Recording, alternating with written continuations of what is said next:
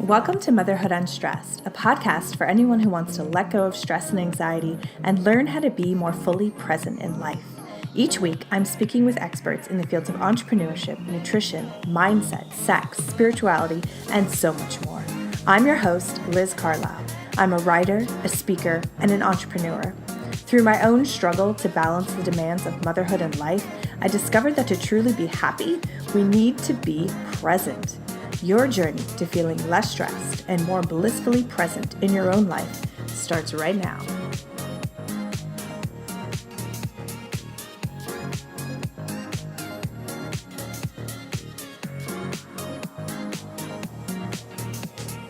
Hey guys, in this episode I'm speaking with Connor Moore, and he's sharing his journey of self-discovery and personal development and how he turned the hard life lessons that he learned into a top-rated podcast and a coaching practice. Connor is really special in that he values authenticity over everything, and he's pretty open about how he's not, the nicest person around, but he will be completely straight with you, which is something I really admire about him. So in this episode, we talk about psychedelics and how plants can be our teachers. We talk about authenticity and male toxicity and how that is going away in the new world, and how everyone can connect better with others when they bring down their own walls and get super vulnerable and get super real, and how even though that's a really scary thing to do and think about, how it's absolutely necessary for us to fully enjoy this one life experience and experience it in a full and natural way. So I hope you enjoyed this episode. I hope Connor's words of wisdom set off some light bulbs in your own life, or maybe just someone, in your own life who you think might benefit from hearing it. So if that's the case with you, please share it with them. And if you haven't already, please leave us a 5-star review on iTunes and share it out when you're listening to this, when you're on your commute or at the gym or cleaning your house, whatever you might be doing. Screenshot the episode on Apple and share it on your Instagram stories. And then I will share it back out to our community as well. This episode is sponsored by Motherhood Unstressed CBD supplements. These are the supplements that I created with the intention of helping you deal with stress and anxiety in a natural way. I take 2 in the morning, and within about a half hour, I feel so much more grounded and calm and focused and ready to take on the day. So it really is a tool in your toolkit to help you live a better, happier life. So you can pick up yours at motherhoodunstressed.com, or if you're in Atlanta, at Nuts and Berries in Brookhaven or Roots Juices in Buckhead. Hey, Connor, welcome to the show. I'm so excited to have you on. Yeah, nice to finally jump on the show. Yeah, so I always do this. I kind of always want to start with a little bit of context for the listeners if they haven't heard of you yet. Why don't you give us a little bit about your origin story, how the Realness podcast began, and your coaching program, how that all started? Yeah, so it all started, where did it all start? It all started in Graham, Texas. That's where I'm from. I'm from this little bitty town in North Texas, and that's where I spent, the first 19 years of my life, and where I thought I would spend the majority of my life. I had an idea that I would go to college and get a business degree and then come back and help the family business. And I was totally happy with that once upon a time in life. And then I had a really bad back injury working in the oil industry. I was doing some manual labor like I've been doing my whole life. And that kicked me out of football. I couldn't play football anymore after that. And I was playing football in college, and that sent me into my first existential crisis. I couldn't walk. It was just this crazy, weird experience. And the doctors were saying I could never train again. I was never going to deadlift again. And I just remember thinking, I don't accept that. I don't accept that as my new reality. So I started reading. The best strength and conditioning books I could get my hands on at the time in 2006. And that was my introduction into strength and conditioning. And it was more just for my own body and my own life. And what happened, because I was, I'm super extroverted and I was in the gym a lot, is that I started giving people advice. They would ask me how to do things. They would see me doing different things. And I started helping people train. And that got me really fired up about training people and in the fitness space, and fitness became this language that I spoke. And it felt really nice to connect with people in that way. So fast forward, I changed paths in college. I got a degree in health and fitness management from Texas State. And in that time, had left everything I thought I knew and went to a place I'd never really been with surrounded by people I didn't know for the first time in my life.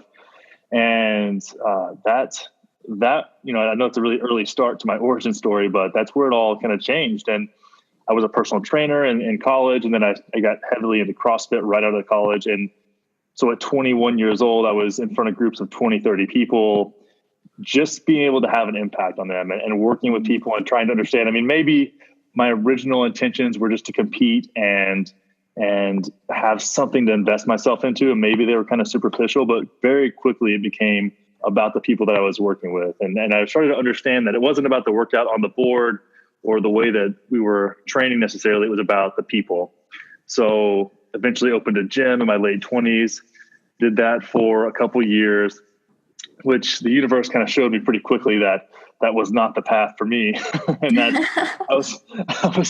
I was involved in like some real estate fraud that was unbeknownst to me, like some crazy stuff happened. It was pretty wild. And through that experience, learned a lot. I remember actually the closing of my gym and the first time I did ayahuasca were about a month apart. So it really all lined up in this very, very serendipitous way. And I remember thinking while I was in the gym, just really reflecting on why I did what I did.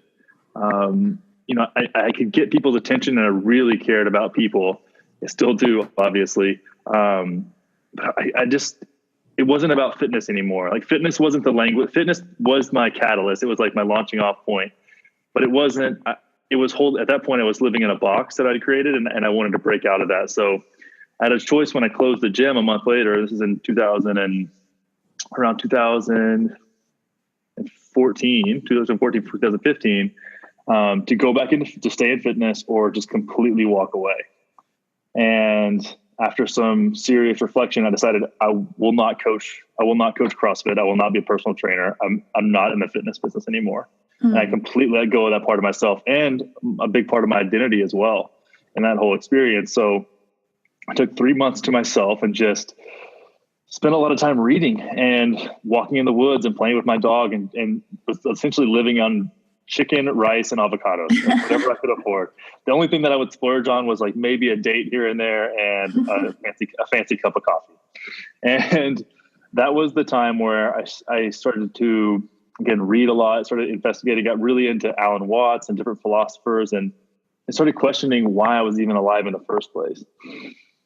And from that experience, I started writing. I started putting my thoughts out, started meditating and getting into self-work. So I started sharing. I had this little baby platform at the time. So I just started sharing what I was coming up with and what I was doing because I wasn't really in the gym anymore. And that's all that I was, just sharing my gym life. And there was this big void. So I started filling it with meditation and personal development and what I was going through. And I loved it. I loved sharing that. And because I was doing that, I caught the attention of the CEO of Onnit. And I started working there I was there for about a year. And we worked on a program called Go For Your Win. And that was my first time working with people. And I worked with probably thousands of people by that point through fitness. But I never worked with somebody without the excuse being their abs or getting stronger or getting better at fitness or competing in CrossFit. Like that was always it wasn't really the underlying reason why people were training, but it was what they thought was the reason, right? So I had to get through that. And we ran this Go For Your Win program. I was the community manager. And so I was engaging with people constantly, 800 people in this program, and they were just asking questions and they were just seeking help. They just wanted someone to tell them, me too, like this, it's hard. And here's some strategies, here's some resources, because I had been so deep in the personal development space. Like it felt so good to share that. And I started doing Facebook Lives into that community, and that did amazingly well, and people responded very well. So the next logical step for me was a podcast. So through that, the kind of snowball was rolling down the hill. By that point, it picked up some steam. I started the Pleasure Monkey podcast, is what the first podcast was called. And That was so fun. It gave me so much freedom, and I had such an amazing supportive network in the beginning to help me catapult the Pleasure Monkey podcast. And it felt so great to express myself in that way. I felt so alive when I was doing it, and so present in those conversations, and immediately was grateful for the opportunity, and ran what was called the Pleasure Monkey podcast for about a year. And then we switched the name to, once it had a life of its own, we really decided, and it was obvious that the podcast was about self-expression and being authentic in the way that you live your life. And that takes some work. I mean, authenticity is a process. So I had come up with the name The Realness in 2011, as funny as it seems.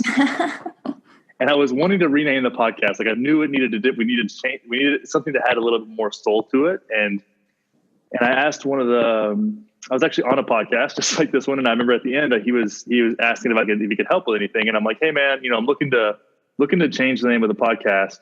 Can you tell me like what you like about it? Like what really stands out? He goes, honestly, bro, I just love the realness of it. And I remember thinking, the realness, that was actually the name of my first website I ever made. So honestly, one of my clients in 2012 made me a custom kettlebell. She was a painter that said the realness on it. And I had it in my garage, and I walked by it every day. It was right there every day. I remember walking downstairs and looking at that, and I was like, this is it. This is it. So the next month was rebranding to the realness, and things have once I made that shift, things have changed so much. And through that, created the lifestyle design program because people were reaching out, wanting support and wanting to be seen and heard. And the lifestyle design program has turned into this just an amazing experience. But it's been more about noticing what was there than about making things happen, I would say. Yeah. And it seems like you've always consistently played to your strengths, connecting with others, being real, being authentic, and you've just done it in different ways. And now it's kind of evolved into this, and it's impacting lives. It absolutely is. I mean, it's fascinating to watch. But I wanted to ask you about you've been really open with, your past, your difficult childhood. I mean, was that natural to you? I mean, especially as a guy, I feel like, you're more conditioned to be tough and be strong and not express emotion. And you're so the opposite of that. So can you kind of enlighten our listeners? Is that just unique to you, or is this the new way? Oh man, I would hesitate to call it the new way. What I find in hindsight, looking at that, I think I take the responsibility to be extremely open and sometimes extremely weird. And I think that it helps people give themselves permission to do the same, even if it's just to a small degree. And I think that's extremely liberating. Yeah, it was natural for me. And I'd come from a place where, in the fitness world, where my mistakes became a shortcut for someone else. If I was doing something wrong for a year, or I could improve something, then I would share what I did wrong, why I thought about it the way I did, and where my shift in thinking was, and what the result of that shift in thinking had been for me. And I sought that fast track people. And if I look at the Jordan Peterson Big Five scale, I rank pretty low on politeness. I'm highly compassionate. Yeah, I can see that. So I love to say things the way they are. And I think I became grateful for my past, and it became so much easier to share it. I became grateful for having, parents that were addicts. And that was very confusing for me. And I think, I like to say that my parents' addiction to amphetamines left me with the addiction to asking why, because so many things in my life didn't make sense. So I was just like, why this doesn't make sense? Why?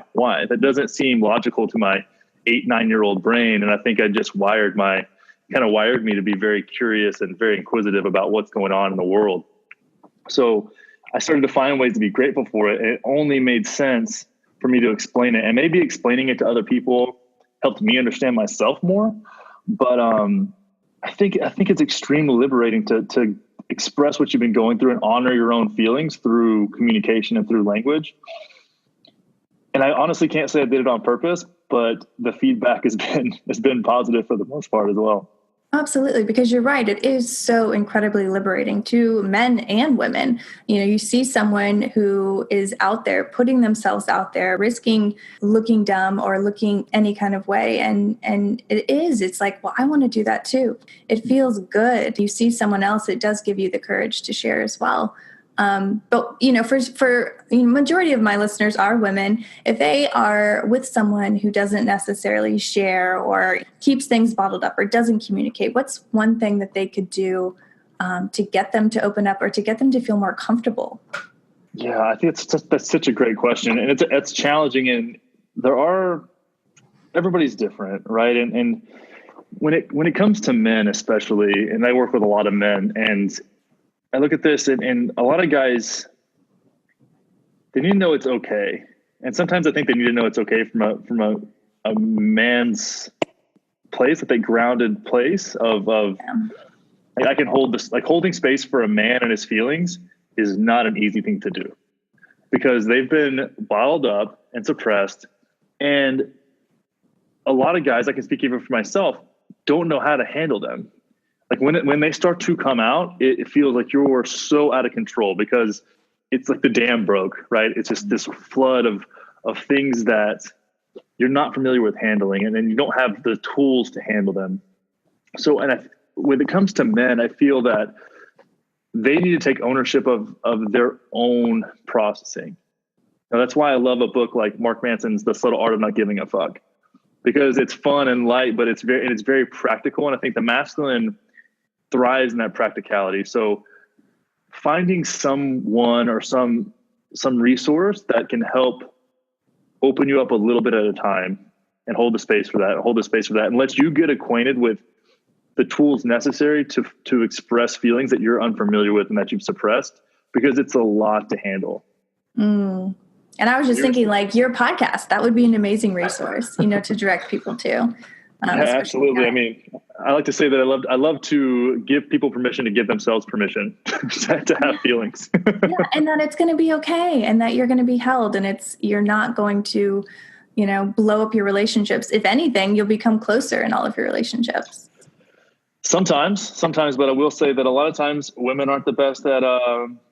Women buy into those roles just as much as men do. Like I've been in a place where, something I've gotten very clear. I think it's so important in partnership to get very clear on your values. And there's a big part of me that wants to be nurtured in a way when I need it. And that's not often, but every now and then, like, that's something that's super important to me. And I've been in, the most recent serious relationship I was in, I never got that. And I thought I was broken because of it. And I think a lot of women that aren't in touch with themselves, or maybe they have their own, well, you should be more like my dad, and my dad didn't show feelings, and I love him and he loves me. So that's the way that things are supposed to go down. But your partner's not your dad, know?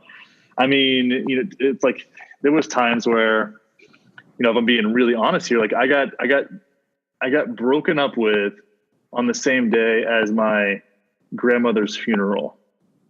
And it was because I was kind of a wreck. That wasn't mean, or like, it was just, it was one of those things where I felt weak, and I was weak. I was in the weak. That woman showed me how to love. That she took me in when my parents were doing God knows what. And if I would have let that reside in me, I would be so scared to allow myself to be vulnerable again.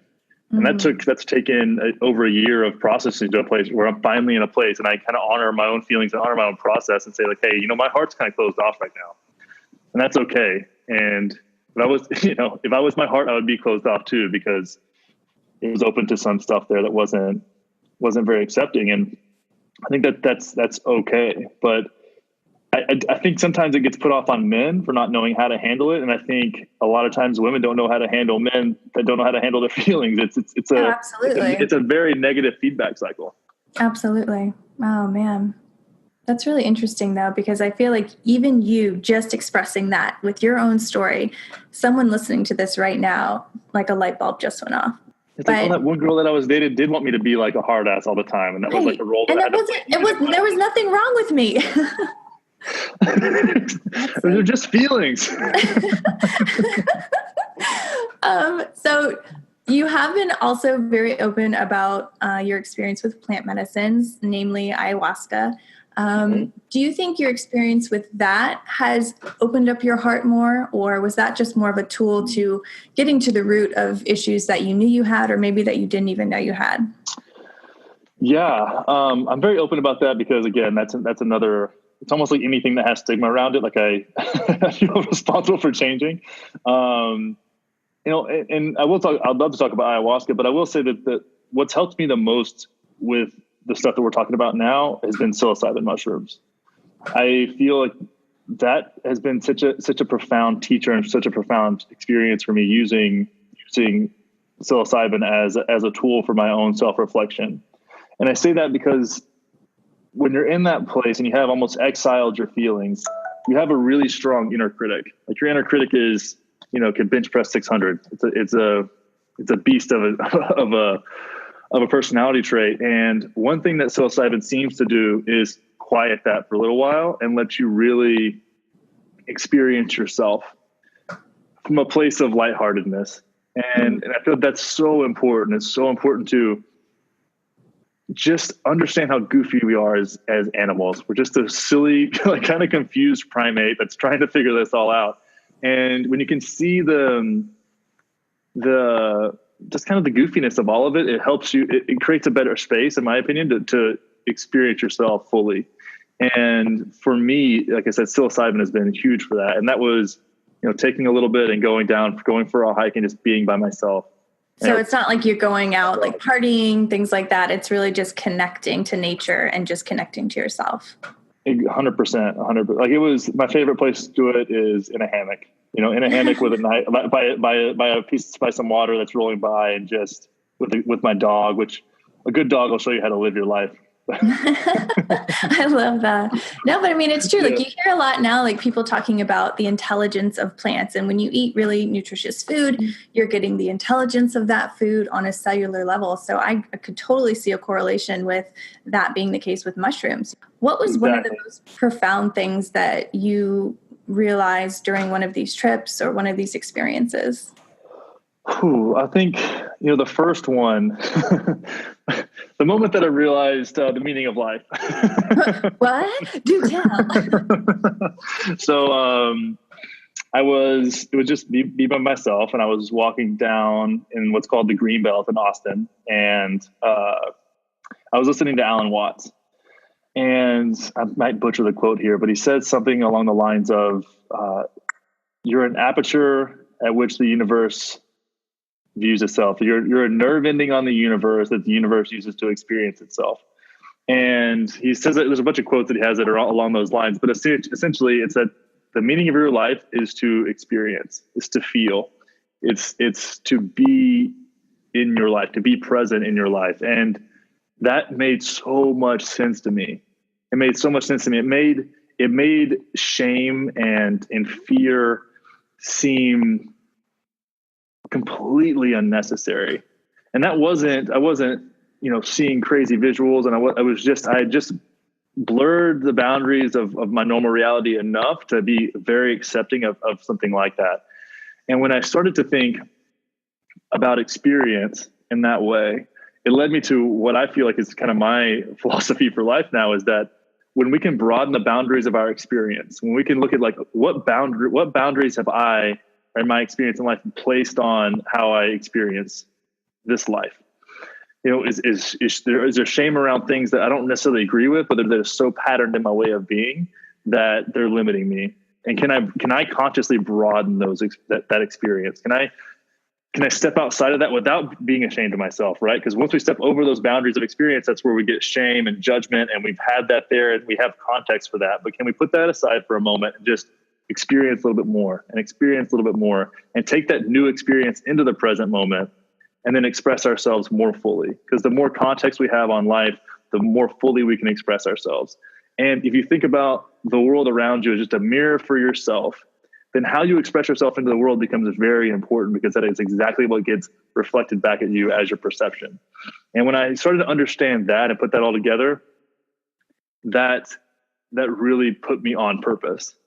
And that became my purpose, that's why I do the ridiculous shit that I do on the podcast, is because I would love for people to give themselves the opportunity to broaden their boundaries of experience. Yeah. And I think that may be, I've had numerous mushroom experiences that have been impactful. It's hard to say one, but I think that one's been the one that I've carried with me from the early days when this was, and coming from that place, I was depressed at that time. Like I actually went back and looked at, I recently had a 1 week retreat, ayahuasca retreat in Costa Rica. I just got back today, actually.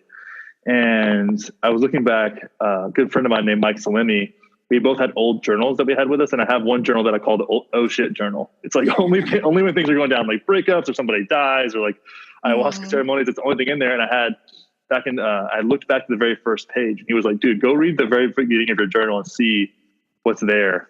And I remember reading the first line. The first line of my journal was, I don't really know how to do this. I was talking about journaling. I was like, I'm not really sure how to do this, but I'm going to try and figure it out.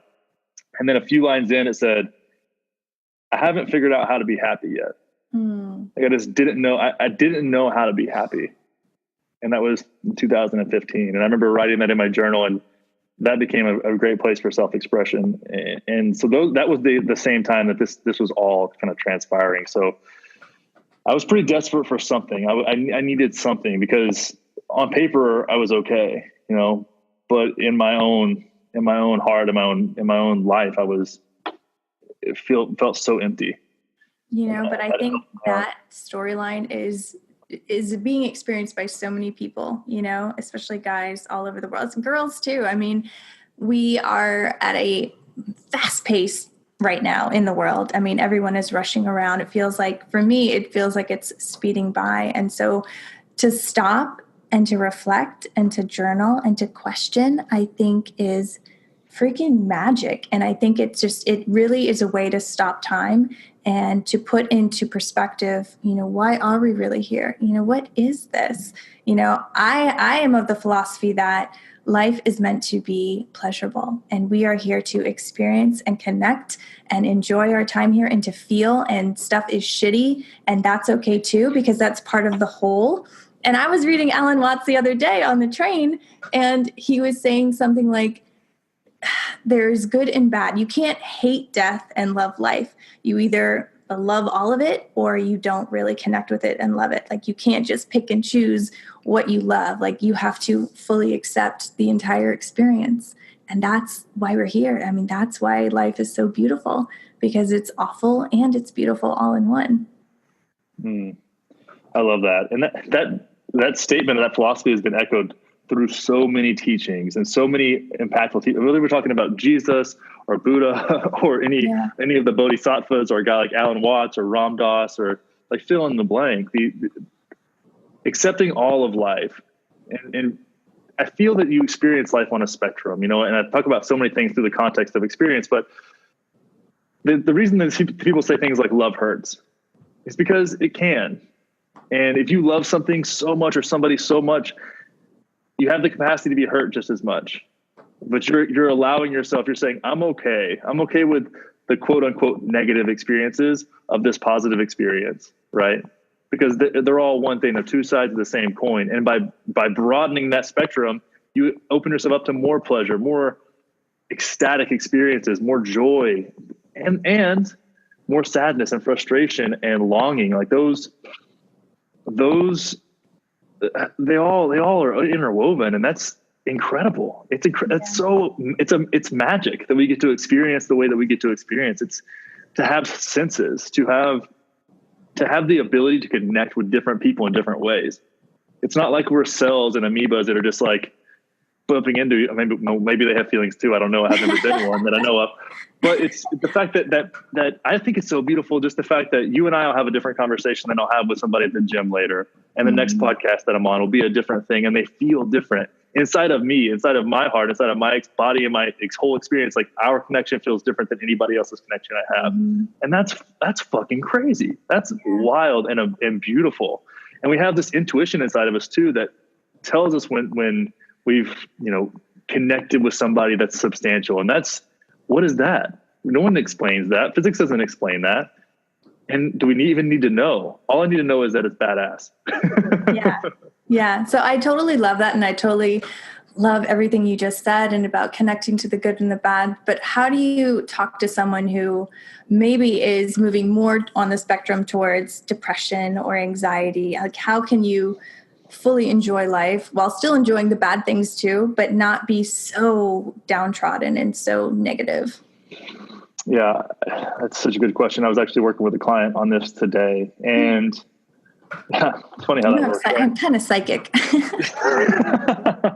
So, yeah, I feel like a lot of times, anxiety and depression, or they're heavy, and they feel either heavy or empty, in my opinion. When people describe it, it's like, I've got this like heaviness about me, or I feel like weighed down, or I feel like there's nothing there. And I think that's you trying to realize, like, your subconscious trying to show you that you've wandered off, right? That you are disconnected from yourself.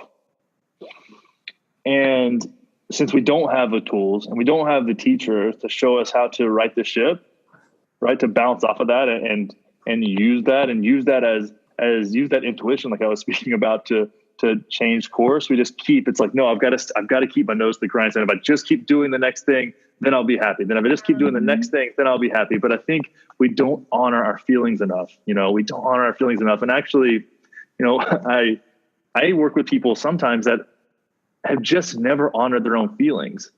And a lot of times it's because they haven't had this massive, like, hitting rock bottom feeling, but instead they're just hovering right above rock bottom forever. Yeah. Right? It's never, it's sometimes I feel like it's easier for someone who's an addict or an alcoholic or is completely lost or has a huge financial collapse, to then they don't have a choice but to notice. It's forced reflection or lose your fucking mind. And I feel like I really feel for those people. And one thing, I mean, I love to say, like, the biggest collapse in my life was my gym failing. And it's turned into literally everything that I do now. And I couldn't imagine still doing that. But I had the gift of a complete mess. There was no question besides, like, dude, you've got to sort this out. Like, this is, but if I would have just been able to just move along and just, well, maybe I'll make, $20,000 more next year. And then maybe I'll get this house. Maybe I'll get this thing. And I got to play in that world a little bit. And got to feel it. I think I got enough of it just to feel the context of it. But I think that really is kind of our soul calling to us. And we just haven't been taught how to listen. Man, that's so beautiful. So kind of wrapping up this interview, what do you think is the biggest takeaway that you want our listeners to walk away from? What do you want your legacy to be? My legacy, at least on this episode.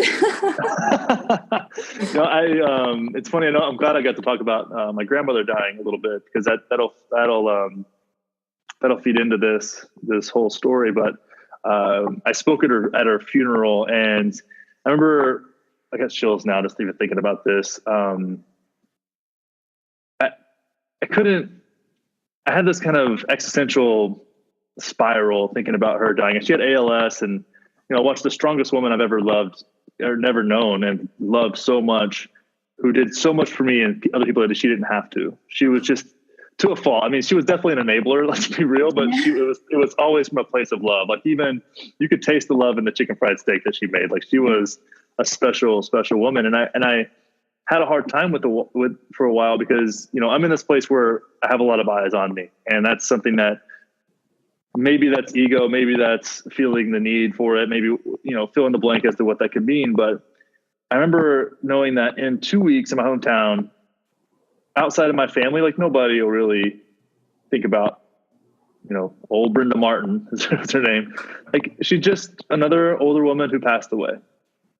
So I started to think about legacy and what legacy means. And I've thought about how many people she knew and how many people she helped and how many people she gave a chance to. And even though in the whole scheme of things that she won't be necessarily remembered, there will be no statues, there will be no monuments, she was just another woman that was doing the best that she could. And that actually was so liberating for me to think about the skills that she taught people through her actions. impacted their lives. And that in turn impacted other people's lives. Maybe that was their kids. Maybe that was the way that maybe they had a chance because she gave them a chance. Right. And that to me was such a beautiful legacy. And I feel like so much in this world, we feel pressure to be more, to be more. And I need more. I got to do more. And I need more followers, or I need more fill in anything, whatever the thing is. Everybody's got their thing. And if I could say, if I want a legacy, it's to understand that you're enough. It's to let people know that they're enough. You're enough. And to be present with the people that are around you and acknowledge the world that's right in front of your face will be one of the most beautiful things you'll ever do. And by strengthening the connections that are right around you, there's so much magic in that. And it doesn't have to be complicated. It's actually the most simple thing ever. You just have to listen and be present. And I love that. I love that about life. And I think it takes the pressure off. And when the pressure's off, we can do a lot of good. I think Alan would agree with you. Oh. That's beautiful. So I do have some rapid fire questions if you're ready. Oh, okay. I'll do my best. I'm kind of long-winded, so hopefully I'll stay rapid response as well. No, you're okay. The world needs. The world needs us. All of us. Right? Right? It's pretty simple. Like, it needs us to pay attention and listen. The problems are obvious and the solutions are right there. I believe in. I believe in connection. I'm grateful for. We didn't talk a ton about ayahuasca, but in my one ceremony that, I'm going to be long-winded, in the one ceremony that really, really, really shook me, I went in wanting to see my heart, and kind of getting like emotional even thinking about this. And I remember I went through the darkest experience I've ever been through in my entire life. And at the end, when I was kind of putting the pieces back together, I remember just putting my hand on my chest and feeling my heartbeat. And I was sobbing because I was so grateful to be alive. And so grateful for every fucking beat of that thing inside of me that keeps me alive. So I'm grateful for my heart. And what's something that you've learned in life that you wish someone would have told you earlier on?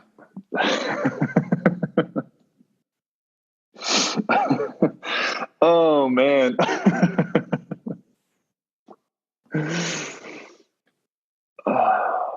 Ask better questions. That's been the big. You ask great questions. I didn't always ask any questions at all. I just did shit. I love it. This was so much fun. So for our listeners, what's the best way to find you online, connect with you, check out the podcast? Where are you at? Yeah, the place that I spend the most of my time outside of in my real life is on Instagram. So you can find me. It's Connor Wanders, ConnerWanders. It's Connor with an E, Wanders with an A. And then the Realness podcast, and all those links are on Instagram. I stay pretty active on there and love connecting with people through the silly little social media apps.